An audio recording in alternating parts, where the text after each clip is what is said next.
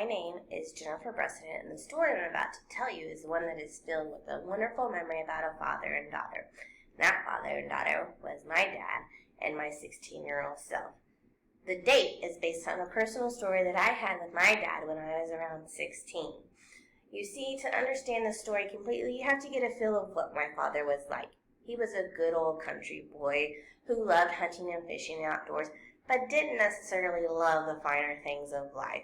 He hated the city life, he hated musicals, he hated plays. It was just not his thing. It was a beautiful Saturday morning when my father told me he had a surprise for me. You see, my dad was the type of father who wanted to spend time with his kids, and so it was my turn this Saturday. I was excited. He turned to me and said, "Go get dressed, sweetie. We're going to have a great night out in the town." So I quickly hopped up and ran to my room, my mind racing as to what we were going to do. I figured we were going to eat since it was around 4 o'clock. And so I got dressed in my best Sunday dress, and I raced out of my room and exclaimed, "I'm ready to go, Daddy. Let's go." We hopped into the car, and on the way there, we passed the scenery of I-35 and talked about all the things that had happened that week. You see, my daddy was gone that whole week on a business trip, so I needed to catch up and tell him everything that had happened at school that week. As we parked, my dad leaned over and said, "Wait till I open the door for you. I'm going to treat you like a true gentleman treats a woman." My 16-year-old self was like, "I'm fully capable of opening the door." But I sat there and gallantly waited for my knight in shining armor. My dad opened the door, bowed really silly, and said, "Milady?" And I grabbed his hand and giggled, that 16-year-old giggle, and said, "You're funny, Daddy." We walked along arm in arm down the rows of the Riverwalk. And to our great surprise, we suddenly came in front of a building that said Rainforest Cafe. You see, I'd never been to the Rainforest Cafe, and I was kind of excited to try it. We walked in, and you could hear the sound of the rainforest animals. You could see the trees and the vines hanging, and it was so fun. And as we sat down, we both ordered burgers and were very, very hungry. But the burgers were not the best experiences of our life. It was burnt and charred, and the fries were soggy. So we didn't have the greatest meal of our entire life everywhere. As we left the restaurant, we giggled and laughed about how awful that meal was, but it was a fun atmosphere.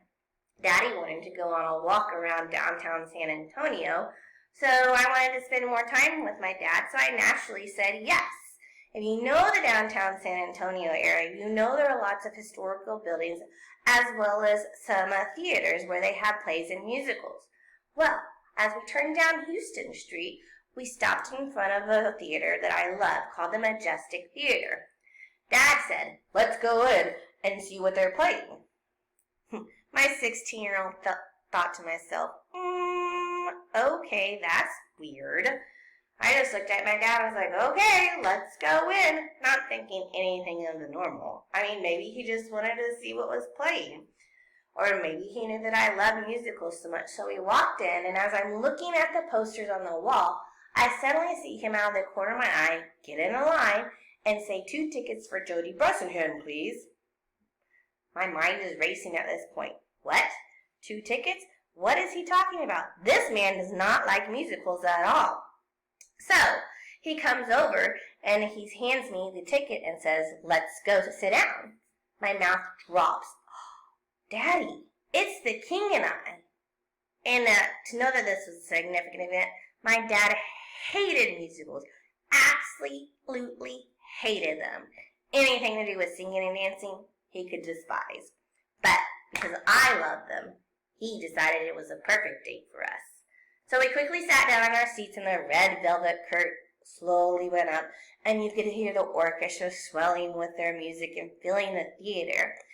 And the lights dimmed, and we both watched the story of Anna and the King of Siam. I was singing every song that there was because I knew all the songs to the whole thing, and I leaned over at one point at my dad, and I saw him enjoying it too. Afterwards, he said it actually wasn't so bad. When we got home later that evening, I turned to him and gave him the biggest hug ever and said, "Thank you, Daddy. That was the best day ever." And now, since my daddy is in heaven, I have a memory of him that I can hold on. So when you're young, please remember to make those memories with your loved ones, because sometimes you only have a memory left later on when they're gone.